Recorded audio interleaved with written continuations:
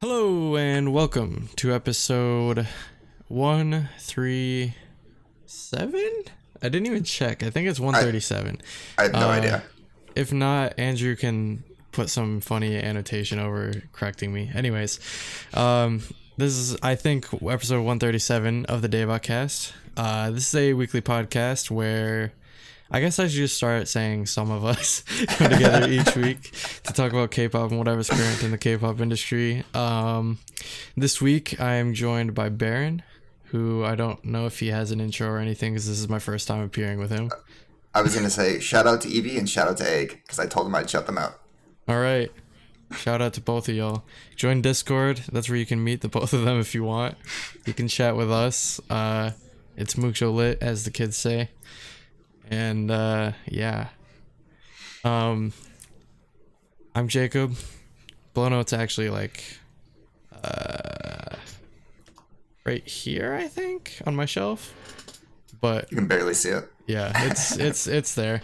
Anyways, I guess we can get the show on the road since there's only two of us and Baron doesn't really have a long introduction or anything, so Nope. Yeah. No three things here. anyways.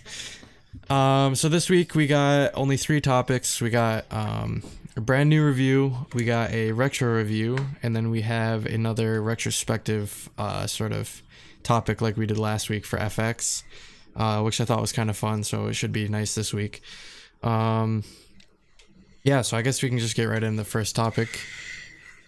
Sounds good. Yeah, let's do it. All right, so for the first topic, we have a review of the brand new album from BOL4 Sachungi, or BOL4, or BOL4 or whatever you want to call them. 2-5 is the name of their new mini. And yes. So I guess I'll read the track list for this, and then you can read off the next topic. So anyways, starting off this album, we have the track called Workaholic, which the first time I heard this, I was kind of surprised because it's doesn't sound like what they normally come out with.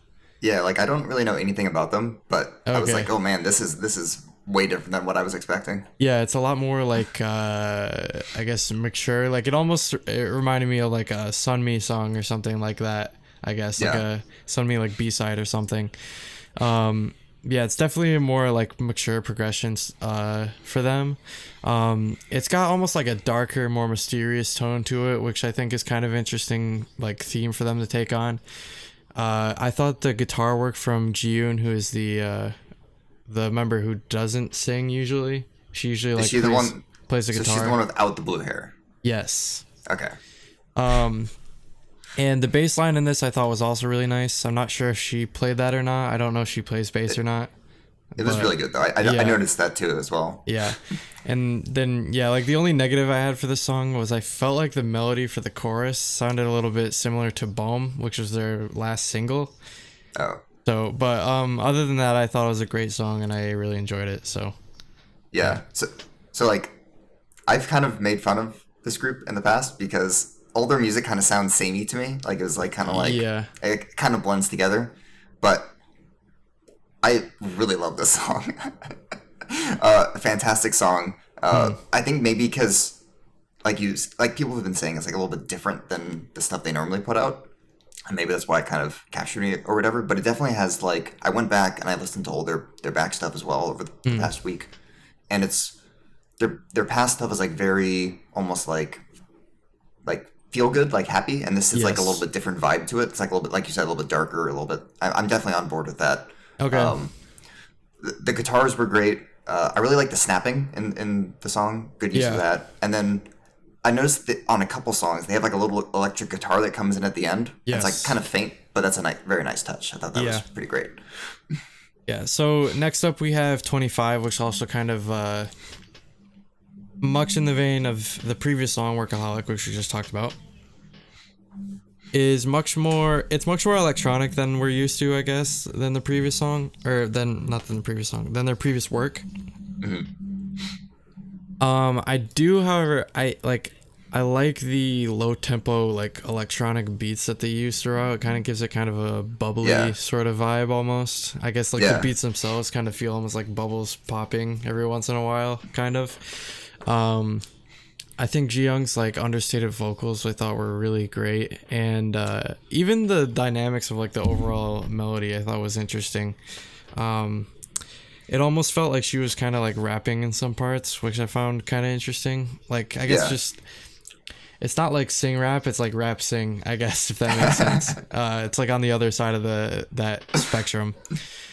And yeah, overall I thought this was a really good song, but I don't think it was better than their previous title tracks, because I am one of the people who really likes their past work. But yeah, like overall I still thought this was a really solid song, and I thought it was a good progression of, I think it's a good direction they're going in. I do mention later that I almost don't want them to keep going in this direction, but I wouldn't mind it if they do. I'll explain later what I mean by that. Oh, also the MV, shout out to that. I thought the visual aesthetic of that was really nice, with like the different color palettes they made.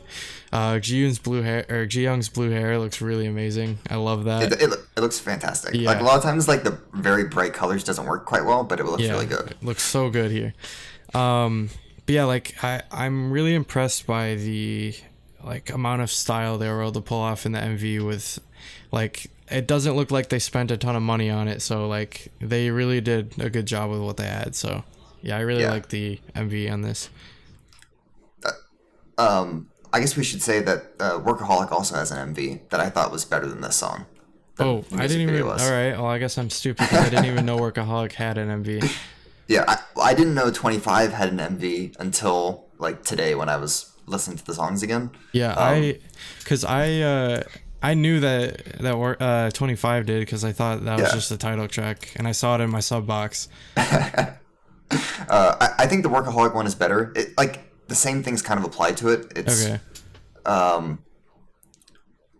You can tell it's like a very low budget thing. There's only like 2 sets that they put in, but like they do a good job with it, and both of them are pretty good at like, it's like a kind of a hammy kind of campy video, and they do a good job acting in it.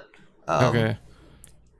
Yeah, I'm watching this right now. It's like sort of office environment, the train. It's kind of like everyday life sort of thing. It's kind of cool. It's kind of funny. Like she goes to the job and like hates it, and then like rides the subway home, and then passes out, and then rides the subway to work. Yeah. I mean, it definitely is fitting for the title of the song. So yeah. For 25, the song, I'll say like the first time I heard it, I didn't quite like it that much. It was kind of like, I'm not sure what was off with it. Like maybe felt like a little too, like you mentioned the word bubbly. Like I definitely kind of got that vibe to it or something. Yeah. But I listened to it many times since then. Yeah. And I do like it a lot more now than I did initially. I think more like once I got accustomed to it and got more familiar with it, I like it more.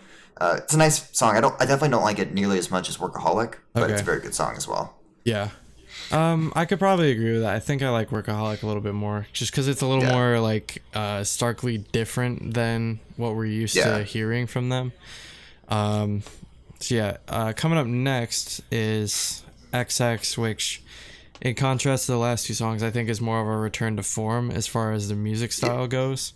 Yeah, this is like what I expected from them, like this type of music. Yeah, like it's kind of weird because like, while I'm glad they're trying something new stylistically, I think I'd prefer them to continue making this sort of music, except keep expanding in this direction rather than stay in the same spot. I mean,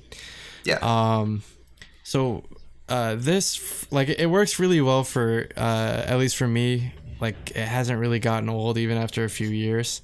I guess for you it's the opposite. It's just well, I mean, it's not like I dislike it. Like I think it's like, I went back and listened to their whole back catalog, like I said, and it's all good music. Like I don't dislike any of the music. It's just kind of like it blends together. Just need more variation. I listen to like the whole Red Planet album, and it's like I can remember like 2 things from the album, and like I liked it, and it's a good album, but I just can't really differentiate it. And I'm sure if I listened to it more, I'd be able to get more familiar with it. And for me on like Red Planet, the standouts are like obviously like Galaxy. That song's classic. Galaxy is very good. And then like Hard to Love is one of my favorite ballads from them. I really love that song on the album. Yeah, anyways, back to XX.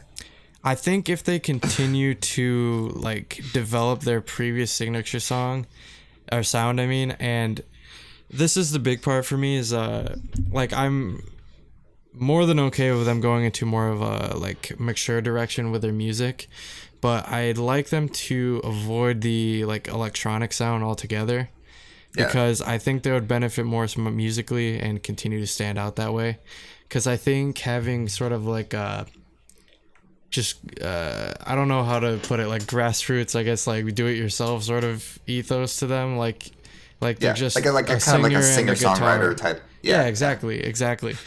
And I think that's what's really charming for them is like the kind of quirks they have, and I think taking away the physicality, I guess, of the instruments they're using, I think would harm that more than help. So yeah, I can definitely see that. Yeah, that's basically like where my headspace is as far as like them changing their sound. Like I do want them to continue moving towards something, you know, maybe more mature, maybe something completely different in genre, but I want them to keep with the like sort of acoustic or traditional instrument sort of thing they have going on, I guess. So yeah, I'm hoping I'm not jumping the gun here, but what do you think about this version compared to the acoustic version of the song? Yeah, we can talk about both of those now. So yeah. I actually really like the acoustic version like way more. And interesting. Yeah. The reason for that is I think the guitars and the vocals are way more crisp, and I think the reason for that is that because it's stripped back more, all the individual layers of the song have a lot more room to breathe. Yeah, they're more prominent. Like, yeah, as far as like the sound space goes, and I think for this sort of song, it really makes the best part of the song just stand out front and center for me. So like, I think it's much better than the regular one, which I already thought was a great song. So it's interesting because I definitely think the opposite. Like I like both of them. The acoustic version is like maybe a little bit too bare bones for me. Like it's good and I can appreciate it, but since I don't have as much familiarity with the artist, it like doesn't quite connect with me. And I like that there's a little bit more going on in the album version or like the non-acoustic version. Yeah. And it's a very good song. Like I love the way on older songs, Ji Young's. Is that her name, Ji Young? Yeah, Ji Young is the singer, and then Ji Yoon is the guitarist. Yeah, they do a great job matching her vocals to the instrumentals, and they play well together on like all the songs. It seems. Yeah, I could definitely see that. Like, I think there's merit to both. Like, there's definitely merit to both versions. I like both of them. Like, but I think the acoustic, like. What I like about it is that it's so stripped back and it's just like back to basics, like sort of like I could see myself being there and seeing it live. Like I guess is kind of the appeal to me, is that it's just simple and does the basics like so well, I guess. Basically, I'll put it that way. Yeah, I definitely get that. So next up we have the song Taste. So right off the bat, this is one of my favorites on the album. Like, there's a couple that I really liked, especially. So for Taste, I really like the guitar intro for the song. It's like a high energy version of a lounge acoustic song, if that makes sense. Like it's a little faster paced, but I could still see it being in that genre if it's a little bit slower in tempo. This is the kind of thing I think would be more like what I described with the last song. Like, it doesn't sound exactly like their own music, but it continues with the acoustic sound. It doesn't get too far on the weeds as far as incorporating electronic songs go, and it doesn't sound exactly like their old music. I think like something like this I think would be a nice progression for me. Like, this is the type of music that kind of picks me up. So like if they continue doing music like this, I'm all in. Yeah. If they go back to doing like their last album specifically was like didn't quite mesh with me. Oh, but, like this style. Are you talking about the BOM album, Puberty Book 1? Okay. Yeah. But like this style of music and this song specifically is fantastic. Like I'm definitely here for this. Yeah. I think like for me, like peak Ballpark Gun for me is Red Diary, like both of those albums. They're Yeah. just really fun and sweet, and we're definitely a progression off of Red Planet. Whereas I feel like Puberty Book almost sounded like going back to Red Planet again. Yeah, Puberty Book, that was my like probably my least favorite one. That one definitely. I think so also. Like I think Balm is a great song, but I don't really listen to the other ones as much. Although I think that's mostly just because that's the album I've listened to the least from them. Yeah. So I could go back and revisit it and see if I think differently, but definitely Red Diary followed by Red Planet would be like the classics for me. This I need more time with, obviously, but great album still. Yeah. I think for this one, like I said earlier, like the instrumentals in this one are just fantastic, and they flow really well with the vocals. Yeah. And also like the electric guitar makes an appearance again at the end of this song as well. And yes, like the chorus is a ton of fun, and like there's the oh like part where you can sing along with it. It's fantastic. Yeah. One other thing, I really love how like whispery Ji Young's voice is in this song. I think that stood out really well to me. Yeah, she does those like whisper vocals very well. Yeah. All right. Next up, we have lastly Day Off, since we already did the acoustic version of XX. Yeah, this was probably my favorite on the album. I don't know. Like, it's between Taste, Day Off, and XX, like, because they're all like equally really good for me. Like the phone noises, the static, I think those really like I really like the like ambient like working in with like ambient noises and stuff like that. I think it makes it sound so cool. Especially if you have like speakers or headphones that kind of have the dynamic range to sort of like play with it enough. Even like the twinkly piano that was sprinkled in on certain parts also sort of like helped to set up like kind of a almost environment within the song. I also think this easily has her best vocals on the whole album. The chorus is really simple, it's really catchy, and yeah, like I thought this song turned out like so nicely. So yeah, I think this is probably my favorite on the album. It reminds me of a lot of like singer-songwriter type music from like maybe like the mid 2000s. So yeah, I really like this. Yeah, I really like the intro, like you said. There's like the cool like ambient sounds, and then I like how it's called like Day Off, and then you can hear just like her ignoring the phone vibrating. I think it's like a really good touch. The part I don't like is the static noise at the beginning. Oh, like, okay. Especially if you're listening to it like it kind of loudly, like it kind of pierces my ears when I listen to it. I was like, oh man, that's kind of aggressive. Okay. And I listened to it on like a normal volume. It's fine. It's just like sometimes I listen to music kind of loud, and it was a little bit too much. Yeah, that's me when I listen to like Eyes One or something, for example. Like if you just leave your volume up too loud and listen to like their new song Vampire, your ears just die because it's all like really high frequency. Like yeah, we'll talk about that later, I'm assuming. So yeah. So yeah, that's I think that's everything for the music. So I guess we can go into ratings from here. So for music, I'm still teetering between like by like a half point for the music. Like on one hand, I want to give it a 6, but I almost want to give it a 6.5 after listening to it a couple times more for the review. I don't know. I think for now I'll leave it at a 6, and I guess just leave it with a note that it could increase later, I guess. Yeah. So 6 out of 7 for music is what I gave it. And then for concept, I gave it 2.5 out of 3 because I thought the MV for 25 was especially good. And then I thought Workaholic was really good as well after just watching it while talking about it. So yeah, 2.5 out of 3 for the concept. So overall, I gave it 8.5 out of 10. Okay, so this might be surprising, but I definitely did not expect to like this going into it. And I was very pleasantly surprised with how much I do like it. And Workaholic specifically was a fantastic song. So I'm going to give this a 6 out of 7 for music as well. Okay. And then for styling, I think largely because I really enjoyed the Workaholic music video. 25 music video was very good as well, but not as good. Yeah. And also, I felt like the Workaholic music video is like a little bit maybe relatable for me. Yeah.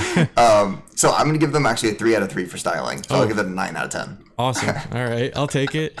So I think that'll average to being a truly Daebak album. So I'll definitely take that for a Bullpuck album.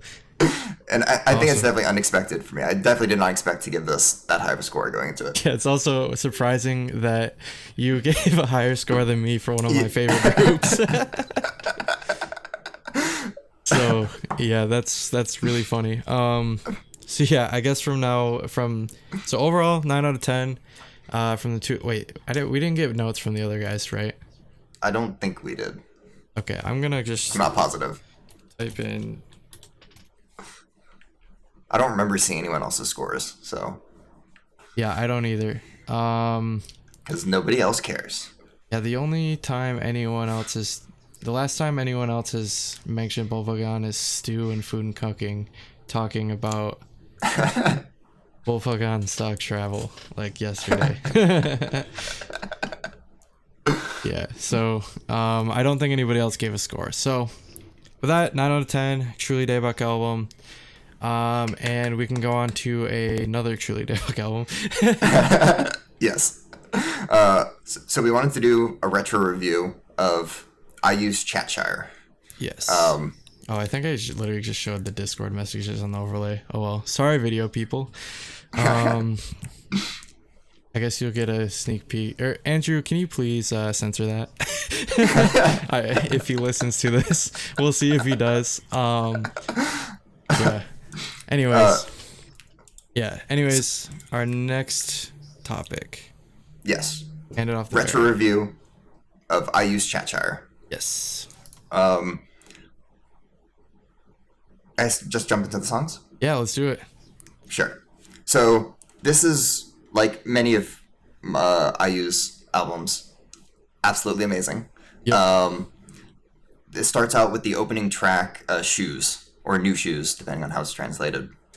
I think this is a fantastic opening track for an album. It's like very upbeat and has like a very like trademark IU like airy vocals going on. Mm-hmm. It's just like a very good like feel good song, and it has kind of like the theme of the whole album is kind of like that Alice in Wonderland type mystical thing going on. Yeah, and has kind of like that good like nice little almost like a mystical sound to it. Like it's kind of just like fairies, that kind of stuff. Yeah. Great song, great intro. I think this is one of her best intro tracks for many of her albums. Maybe not as good as like Secret on Last Fantasy. That's probably the best album intro track. But this is probably my second favorite after that. It's like a very good way to open the album, and it sets. I think it sets the theme for the rest of the album very well. For sure.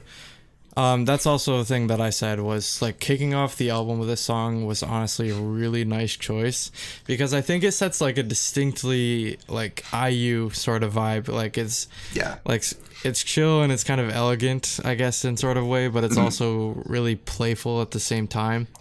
Yeah. It's that like I made notes of like multiple songs in this album where they just sound playful, and that's definitely true. Yeah. I think that's definitely the point, especially with it being sort of like an Alice in Wonderland inspired concept. Yeah. Like I thought in this song, the guitar and the string instrumentals are really nice, and like IU's vocals are sweet as always. And even like this is something that's kind of a trademark of her, is that her voices are like powerful at times, but she does such a great job of making it sound completely effortless, like she's not even trying. And that's just what's so like amazing about like IU's vocals, I think, is she's able to make these crazy like notes seem like trivial, I guess. Like even looking back at like Good Day, like the high note at the end, she doesn't like like she does the gasp at the end, but she still doesn't really seem like she's completely straining herself out, you know. It's just her vocal style is amazing, and it's one of the reasons I love her music. So for sure. So the next track is Zeze. I'm not sure exactly how to pronounce it. This is definitely a song where like the sound of the music matches like the lyrics. So like the lyrics are about like she's like apparently this is based on like a book that Yep. people read in Korea. And like that's the name of the tree. So she's like the tree and she's talking to like this kid. Yep. And so like it's like very like playful type lyrics, and like the sound itself of the music matches what the lyrical content is. Yeah. And it just like it comes right after Shoes, which has the same like feel to it. This Yeah. kind of continues the theme. It develops like the Alice in Wonderland like kind of mystical thing going on. The instrumental is fantastic, like all IU songs. It's got great strings in it. IU's vocals, of course, are amazing. Yep. The chorus is really fun, and then also everyone should watch the special live performance of this on YouTube, where she has like Yes. the like 3 guitarists and like someone playing like some weird drum thing. I'm not sure what the instrument is, to be honest, but it's a very great live performance. You should definitely watch it. Yeah, it's like it's one of those 1 to K videos, right? Yeah, exactly. Yeah, I know exactly which one you're talking about. Then I watched that so many times. Yeah. All right. So like, speaking of like the lyrical content, this song had like a really big controversy surrounding it. Yes, Where yes, it like, did. so like the lyrics are telling Zay Zay, like they're telling the kid to the tree to climb up her. Yeah. So people were like accusing her of being like having pedophile lyrics. Yeah. Because Yes. it's like they're almost like sexual in connotation, but like I don't know. I personally wouldn't I guess I could see where people are coming from because the character is a child, but I think Yeah. she intended it to mean like a man. It was a very like weird If it controversy. is Like supposed to be sexual, I guess. like the first time I heard the controversy, I was like, wait, what? Like it almost seems like hard to believe that Yeah. like I use a pedophile. That was a very strange Yeah. thing. I don't like you guys are overreacting to this. Yeah, so I definitely was not on board with any of that. Yeah. It's kind of weird too. Like this is one of the only times I've seen where there was a kind of a controversy about lyrics in K-pop.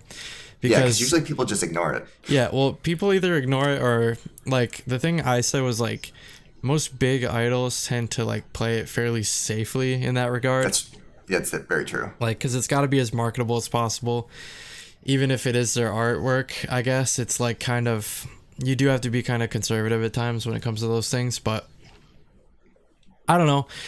This is like honestly, this is one of my all-time favorite IU songs. Like Yeah. this is probably the song that I've listened to the most. I think maybe. Oh, interesting. Like I've listened to this a lot. Like Yeah.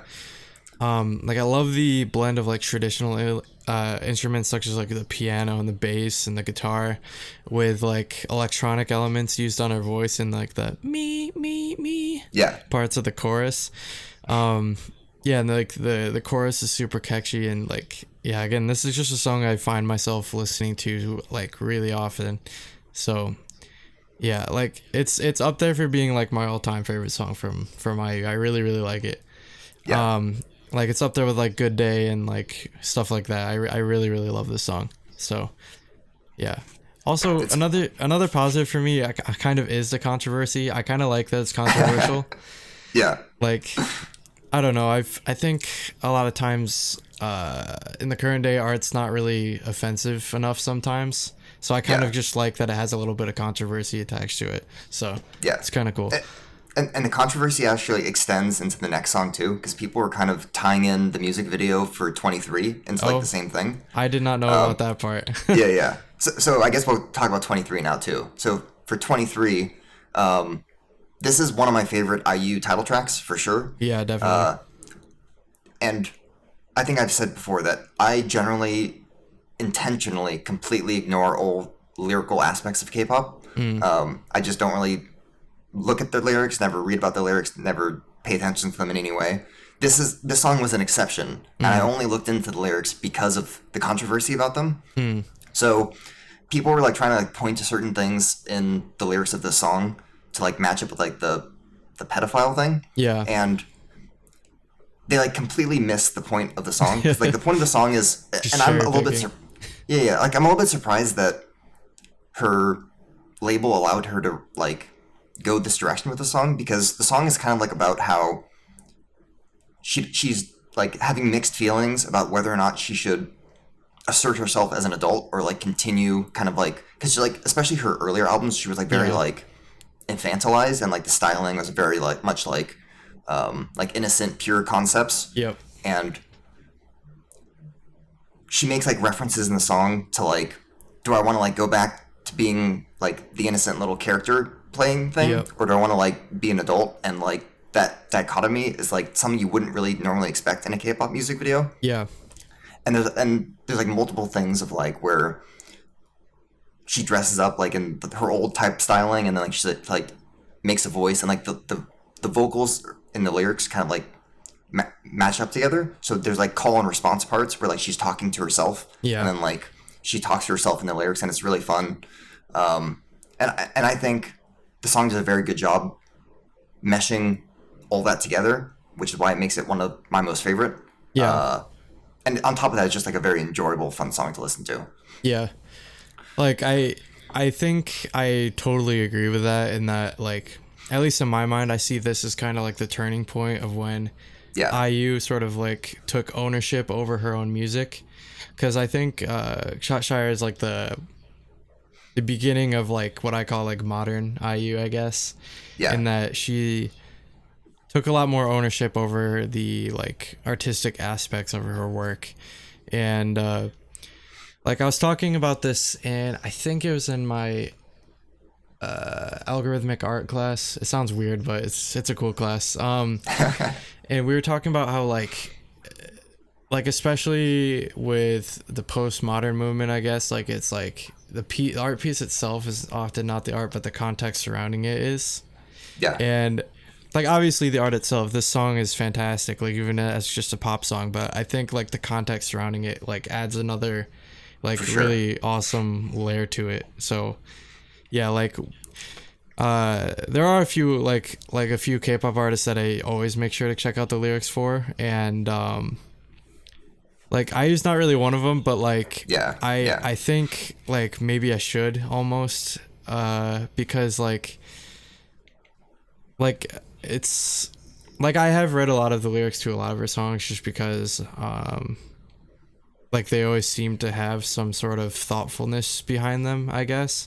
And even with her like short film series like Persona, like she clearly puts a lot of like thought into her work, and sort of expresses herself very well that way. So I guess I should probably add her into like that sort of tier, like because like everyone knows how much I love Epic High, and like their lyrical content is a huge thing there. Even if I don't speak the language fluently, I always every time look at the lyrics for every single song that they put out, because it's really thoughtful. And that's one thing I do definitely appreciate about 23. Like I spammed the hell out of the song when it first came out. Yeah, so did I. Yeah, like I use like carefree almost sounding vocals, like again, like they lend so well to the infectious hooks of the verses, and especially in the chorus, which like it's an amazing chorus. Like it sucks you right in, like it's so catchy. And again, like the funky and fun instrumentals like really bring the song so much energy, like from the bass line to the string section to the like electric guitar rips in the background. Everything is so well done, and I definitely agree that it's easily one of her best title tracks. And I think like honestly for me, the song was is an instant classic. Like as soon as it came out, like it never gets old. It's so good. Yeah. So and I think like the music video too is I really like kind of those like weird music videos where like Red Velvet does it a lot. Yeah, where it's I like love a little bit strange music videos. Yeah. And like so I think this might be my favorite K-pop music video. If not, it's certainly up there. It'd definitely be up there as one of my favorites. Like I always say my personal favorite is Red Velvet's music video for One of These Nights. I really just love the cinematography and sets and stuff like that. Like it's not even a music video that costs a ton to make. It's just like I love the visual design on it, and that's this one also like is there for me, like with the mixtures of like different sets and transitions and like 2D animation and 3D space. I love like those, like the whole end where it's like weird 2D cutouts and they're all like distorted and stuff. That's really cool, like stuff, and like you don't see that anywhere else in K-pop music videos. Yeah. It's just, I love this kind of stuff. I love like quirky and weird, and like IU like rings all those bells, I guess, for me in the right ways. For sure. So And you have like all the like the dichotomy with like her like adult self and like her cute self with like the bear costume, and like there's really good symbolism and pairing and cinematography. It's just fantastic. Definitely. Yeah. So the next song is The Shower. This is just like a very beautiful IU ballad. Yes. You definitely know what you're getting when you go into like an IU ballad. It's kind of just like pared back, beautiful strings, beautiful piano.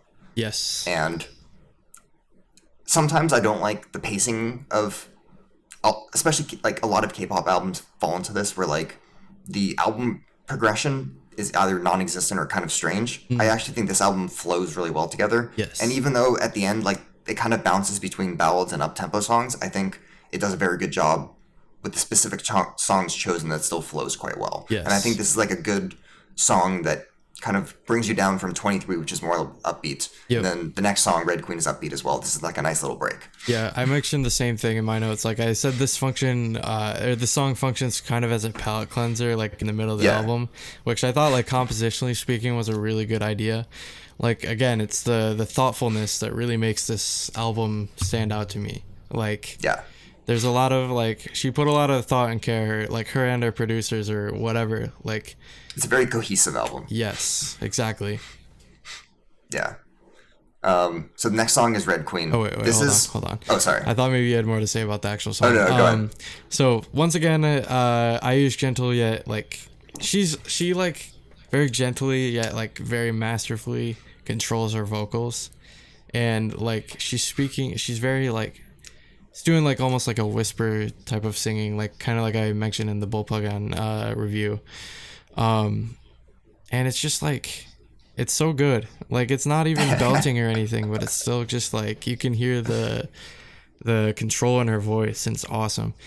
Like for the instrumentals, I really like I don't know what it is, like an accordion or something that they were using. I was trying to place what that was too. Like I thought maybe it was a harmonica, but I don't think it's a harmonica. I think it is an accordion. Yeah, that was my first thought actually, was that it was a harmonica, but then I was like, that doesn't sound quite right. Like it definitely sounds like something that's getting air like compressed through it. So I thought maybe accordion. It's great, whatever it is. Yeah. And yeah, I also said like this is a perfect song to play when you just kind of want to relax and chill out for a bit. Like it isn't boring, it doesn't put you to sleep, but it still has just such a nice chill vibe to it. Yeah, it's like I love on a lot of her ballads, like the difference between her ballads, like the difference between this and like some of the ballads off Palette. Like they're very, very different, despite the fact they're all like IU ballads. Like they don't fall into one type of like stereotype or something. Definitely. Okay, so now the next song is Red Queen. This is one of my favorite songs from the album. It's just like a very fun, upbeat song. It has an amazing chorus. It kind of sounds like just repeating myself, but her vocals are amazing. As always. Instrumental is amazing. She always has instrumentals that suit her vocal talents, and like she's not the most talented singer, but they never misuse her voice. It always is appropriate for the song, and everything flows together and matches very well. And they just do a great job with that, with the song particularly. Yeah, see, I think she is an incredibly talented singer. Like, I think she's, like, for me, one of my favorite vocalists, easily. Yeah. She's definitely one of my favorite vocalists. Probably either her or Taeyeon are my two favorite. Yeah. I mean, she's not like a classical opera singer or something. I gotcha. I think even like Taeyeon's a better, like, more technical singer than she is. Yes, I could see that. I think she's obviously very good. Like, I don't mean to like impugn her talents or ability. Right. I think for IU, like, it's almost like, again, like that sort of understated, effortless sort of sound is what really makes her stand out to me. Like, it's, I guess it's just a difference of Taeyeon is like really like a power singer, whereas I think IU is like she really specialized in kind of like the, again, like understated, gentle sort of vibe. Yeah. Like, Yeah. Anyways, this song I thought was more of a return to like her old style almost, like Yeah. which is never a bad thing, by the way. Like, You could definitely see this song being on like maybe towards the end of Last Fantasy, but definitely you could see this on Modern Times. yes, that's exactly Yeah. what I was thinking. I thought that mostly because it kind of brings in almost like a show tune sort of vibe, Yeah, and yeah. which like I thought she did so well with in the past, and like again on Modern Times. Like, yeah, basically like she basically like transplanted, I guess, like her old style and like sort of like modernized it a little bit. And I think this is the album to do it on because this is the start of like her more like contemporary era, I guess, of her music. Yeah. And yeah, like the chorus is super catchy, and this one often like pops into my head randomly on some days. Like it's just Yeah. it's really fun. And lastly, I said like you said, no need to really continue commenting on our vocals. You know the drill. So Yeah, exactly. So the next song is Knees. This is kind of like an interesting one because it's like a different version of a song she released for winning Best Female Artist at the 2014 Mnet Asian Music Awards. oh So really? like, It's the same song? yeah, yeah. I So never like even knew that. she won Best Female Artist at the 2014 Mamas, and then she like released on like Lowen's YouTube page, or I guess won the K. Okay. It's like her. I think it was her first fully self-composed and self-written song, and it's just her vocals and like an acoustic guitar. Yeah. And then that was like in December of 2014, and Okay. then this album came out like October 2015, Okay. and then they released this song, and it's the same lyrics as the other song, but obviously it has a piano, it has Yeah. like strings, it has like a much more developed instrumental. I think I obviously love both versions. I think Yeah. this version is actually a little bit better because I think it's like they have different charms to them. Like obviously, I think it's actually similar like, with the two versions of XX for BOL4. That the other one might be more like I'm not even sure which one's more traditionally like IU, but they're both very good. The other one's like very nice because it's a nice, very minimalistic song. This one's Yeah. nice because it's more like a little bit more developed and produced. Yeah. I think this one's a little bit better. This is probably the weakest song on the album, but that doesn't Yeah. mean much because they're all fantastic songs. Yeah, I'd agree with that. That being said, I really love the piano work on this song. I thought it Yeah. really lended well to the overall, like, I don't know how to say it, like, I guess, like, somber almost vibe of the song. Yeah. And I think IU's vocals, which are even more gentle than ever on this track, were also really good. Like, this really is a ballad that isn't super special in terms of, like, musical innovation, but I think it just does such a good job at the basics of what make a ballad good. Yeah. And at the root of it, it's really the vocals. Like, they really do a great job. Yeah, like, basically, like, it's really, like, a fantastic example of what I think of when thinking about a Korean or K-pop ballad, pretty much. Like, Yeah. it's very much in that vein, I guess, and it does it really, really well. Yeah.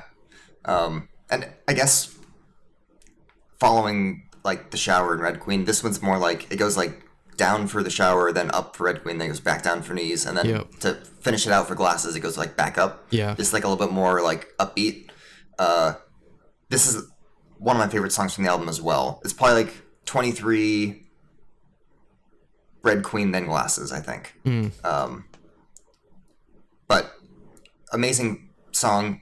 I will say I think the album should have ended with this. Like there's that weird bonus track that they threw on at the end, Oh, I don't even have which we'll that. discuss. Yeah, well, I'll talk about it at the end. Okay. But like I think like officially, I think this is where the album ends, and then the other one like doesn't really count because this is like it stylistically and like thematically it like is a nice ending place for the album. I think it's a nice ending track. On some of her previous albums, she has a tendency, like Last Fantasy specifically, she ends with maybe like too much of a downer song, and I think this is a better type ending song. Yeah, like kind of a midway sort of thing. Yeah. But the instrumental is just fantastic on this. I Yes. really love all of like the instrumentals for all of her songs are just so amazing, and this is definitely one of the better ones. Her vocals are, I mean, fantastic again. Everything flows together well. It's just a very fun song. Yeah. I love the like trotting / like walking beat they sort of go with. Like almost feel like I'm going on kind of a scroll. Like all the different instrumentals sort of like blend really seamlessly with the vocal melody. Like I think it just is really playful and fun, but it sort of still maintains the chill vibe. Like we said, kind of like a midway point. I feel like the vibe of this kind of ends like where it started with Shoes almost. Like it's not too high energy to do homework to, for example. I guess I'd put it that way. And honestly, I think this is a song that I kind of underrated in the past, and I think now that I should listen to more often. It definitely grew on me. Like the first time I listened to it, the album, I remember really liking 23 and Red Queen. Those are like the two standouts, and then this is the one song that really grew on me the more I listened to the album. Yeah, like I've listened to this album like tons of times. Like just like I never listened to this particular song like on its own ever. Only when I listened to the album. So I think I should pay more attention to it. Yeah. I have a tendency to like on a lot of albums kind of tune out by the time you get to the end. So maybe you don't appreciate the end songs as much. That could be a thing. Like you're like, oh, maybe this is done. Like when we, like a couple weeks ago when we were listening to the new Tool album, like when I was getting towards the end, I was like, I'm exhausted. Like this is really good, but I'm exhausted. Yeah, exactly. Like, I guess it's kind of that, but on a much smaller scale. So the physical album of this comes with like a bonus track on the end. Okay. And it's an OST she did for The Producers, which is a drama she was in. Okay. The reason I think the song, like, it just doesn't match the album whatsoever. Like, it's a good song. It's also called 23, but it has no relation to the other 23 song. Oh. It's not like a different version or anything. It's just a completely different song. Okay. Like it has the same exact title? Yeah, they're both called 23. That's confusing. Like, I like 23 by IU. Oh, no, not that one. Yeah. So like, nobody ever talks about this because, like, it wasn't released, to my knowledge, it wasn't released digitally. It's only on the physical. Yeah, no, it's not on here, on Apple Music like at least. Yeah, there was, like, a weird controversy because she, like, apparently she sampled Britney Spears' vocals in the song, but then, like, didn't give her credit. So people were like, she's stealing Britney Spears. There was something about that. But the song is, like, it sounds like a Britney Spears song. It's very like electro, which is not what you would expect from IU. Especially on this album. Yeah, it does not match the album at all. It's a perfectly fine song. I like the song. Yeah. I don't consider it part of the album. And like when I make playlists and stuff, I don't include the song because it just doesn't match anything else. Yeah. I'm going to have to look that up later because that sounds really strange. It does. It is. So, yeah, I think we usually don't rate rewind or what did we call it? Retro reviews, but like I probably would have given this a 10 anyways. So yeah, this would be easily a 10. Like this is if it went above 10, I'd give it above 10. Yeah, like an 11 out of 10 on like our rating scale on Discord, which y'all should join, by the way. Yeah, basically, I guess that's our retro album review here. So with that, I guess we can go into topic 3, which I guess is more IU. I guess I could sort of facilitate this topic since basically Nate and Andrew basically told us, yeah, you're gonna talk your album. It's an IU retrospective. I was like, and when we first got on this call, we were like, don't know what that means, but we'll just go with it. I guess we'll kind of structure it like how me and Andrew did with last week talking about FX. So basically, I guess I'll ask you like, when and how did you first get into IU, I guess? That's actually a good question. I think maybe I mentioned this on the first podcast I was on. Okay. When I did like my thing, or like K-pop story or whatever. I forget what the topic was. So I found when I first got into K-pop, it was like SNSD and like 4 Minute and Secret and those kind of groups. The same. Yeah. And then so this is before Last Fantasy came out. This is like 2011. So at this point, IU only had Growing Up, and then whatever singles she had that weren't on Growing Up. But I think Growing Up was everything. But Yeah, so like she didn't really have that much music at this point. I really liked. I found the song Mia on or Lost Child, whatever the song title is. Yeah. I guess it gets both. Both. I found that on YouTube, and I was like, man, this song is amazing. This is fantastic. Because that's very different than like obviously SNSD or something. That's a completely different vibe to it. Yeah. So I didn't really like, to be honest, I didn't really like Growing Up that much. There's a lot of, especially because Growing Up is like the part of IU's career where she was featuring a lot of male artists that were just awful and they were ruining her songs. Yeah. So like she wasn't getting those GD features yet. Like that comes much later. She was like basically like the epitome of like 2009 K-pop pretty much back then. Yeah. So like there was a lot of like weird, very weird choices on Growing Up where like you have like her very like airy like vocals and then you have like some sort of like male K-pop star come in and start like rapping and it's like that it just did not work. Yeah, it's like who are you? Get out. Yeah. So Growing Up didn't really catch me. There was a few songs I added to my playlist, but I wasn't really like an IU fan or whatever. And then I kind of just like became involved in like the K-pop scene and following releases. And then like the next year after I got in was when Last Fantasy came out. And like the first time I listened to Last Fantasy, I was like instantly hooked.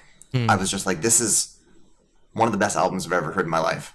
So I need to like learn more about IU. And then I listened to that album. I've listened. It's probably my most played album.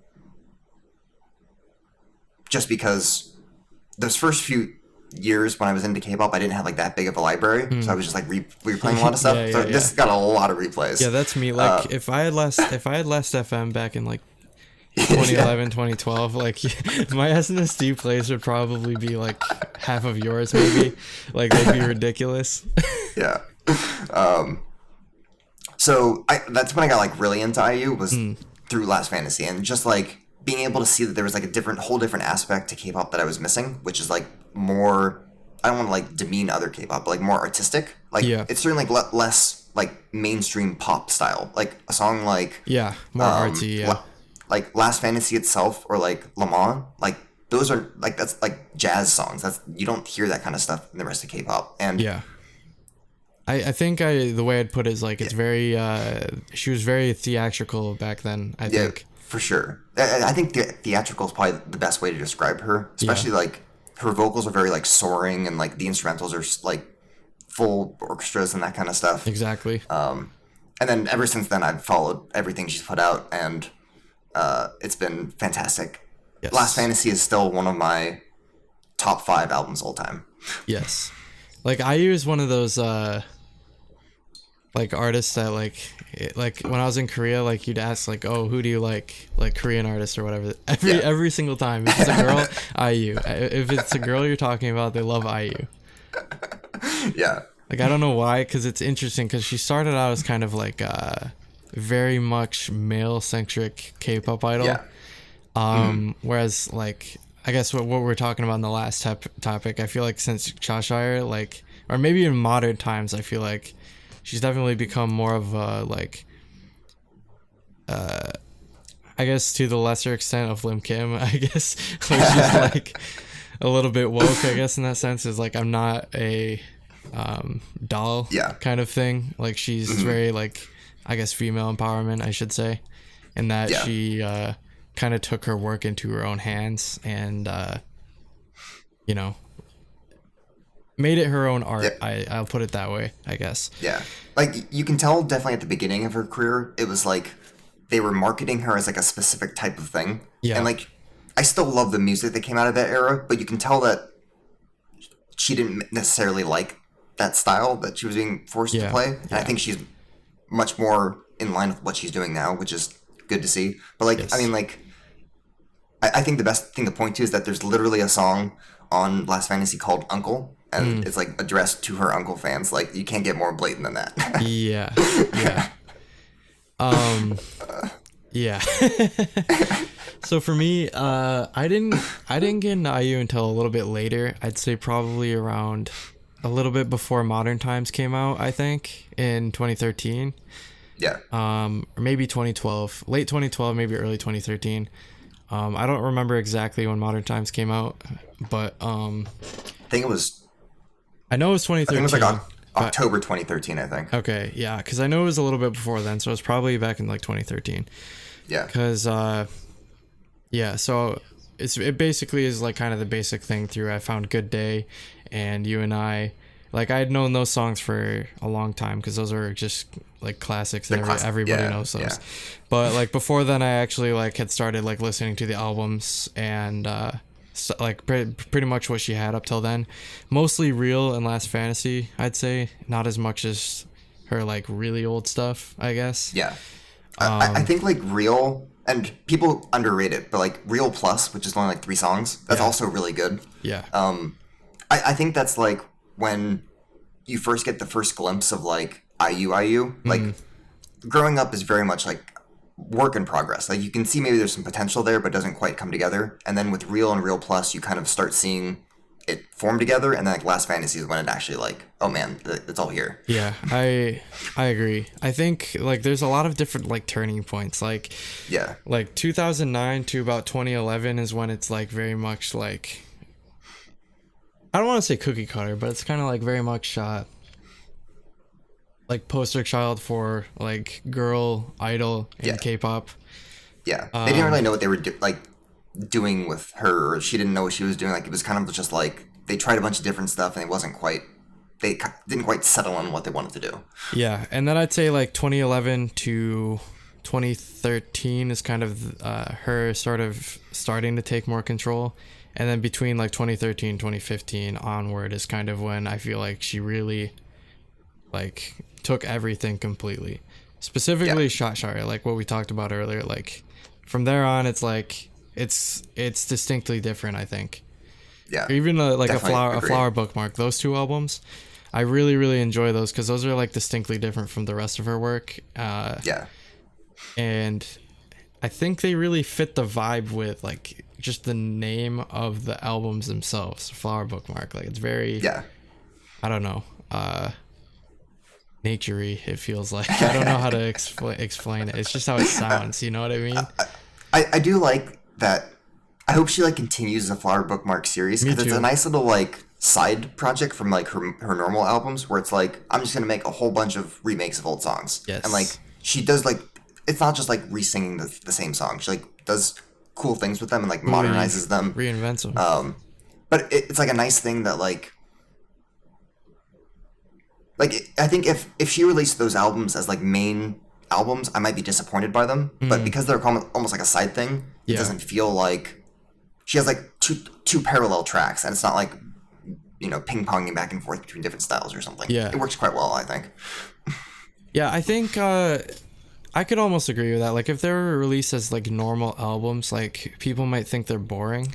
Yeah, I think that's the danger. Like if you don't, especially if you don't like I need to be in a specific mood to listen to these albums, but I do often, especially part 2. I listen to part 2 a lot. I think part 2 is a lot better than part 1. Yeah, part 2 is fantastic. Like I think we reviewed it, and I'm pretty sure I gave it a 10. Like I really, really liked part 2. I listened to it a lot, particularly sophomore year of college. So, which is when it came out, I guess. But yeah, yeah, I don't know. I feel like the main thing that appeals to me nowadays about IU is again just her artistry. Like I feel like she's one of those artists in K-pop who I feel like has really reined in the control over her own art and is really, again, a true artist. Like IU, Epic High, Jonghyun in his solo albums, I think he really was really thoughtful. Like again, I really like when you can feel like the thoughtfulness in their work. Like you can feel them in their work.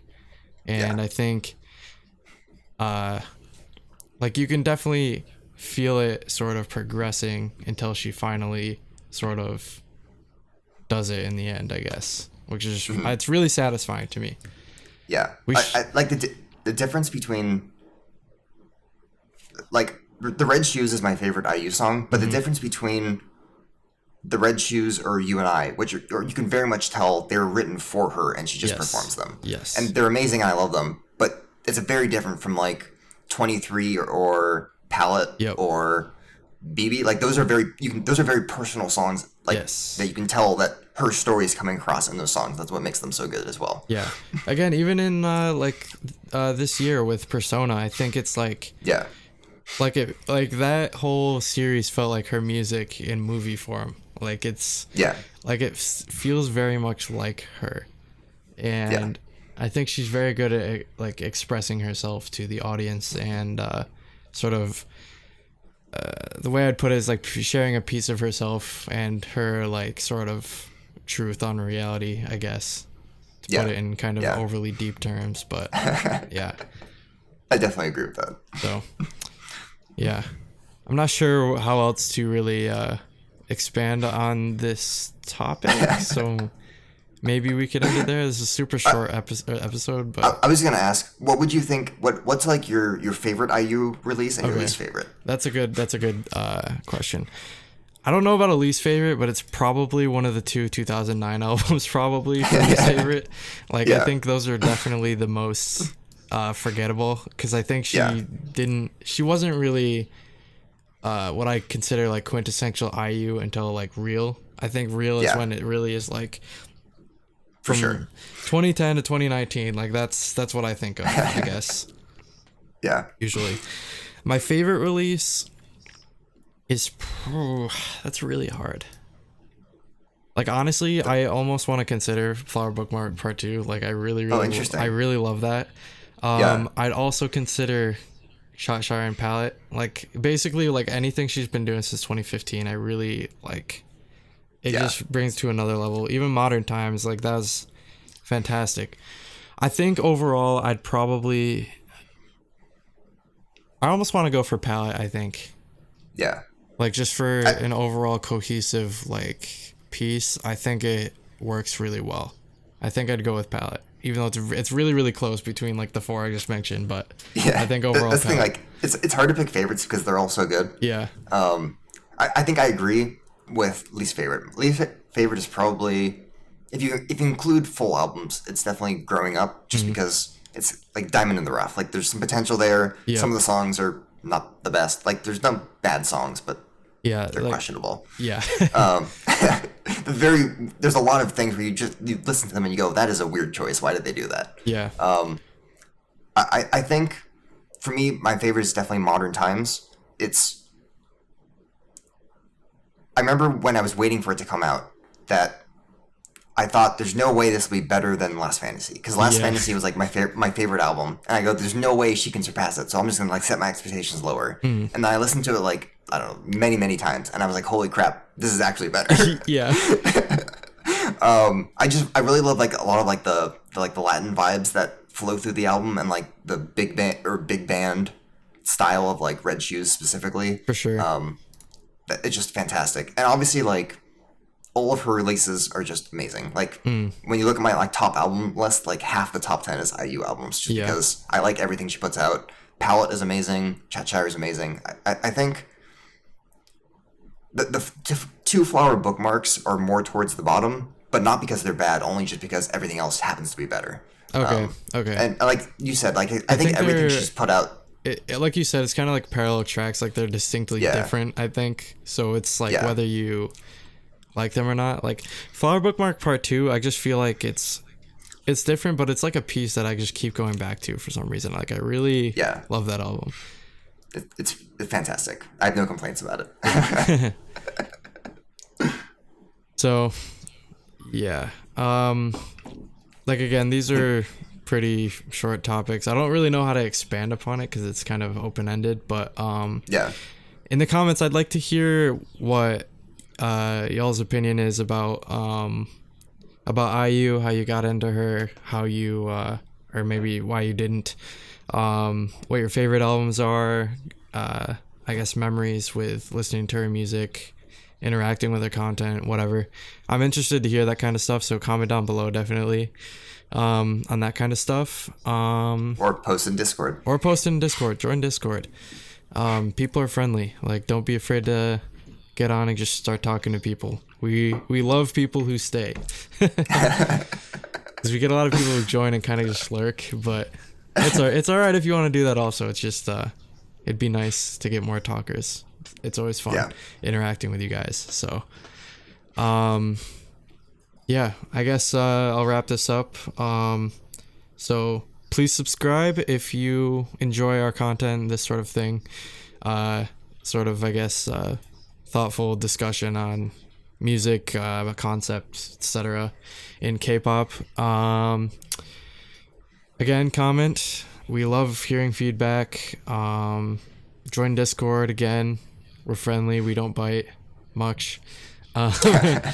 And yeah, so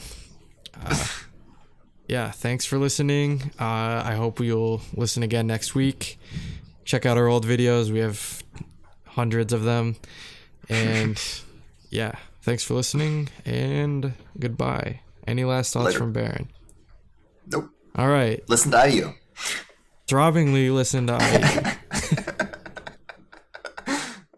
So FX was one of the very first groups I ever found in K-pop because I think FX is obviously kind of a natural progression from SNSD, who are my first group, because they're in the same company. So in my recommended, I'll get the same videos. I think the first video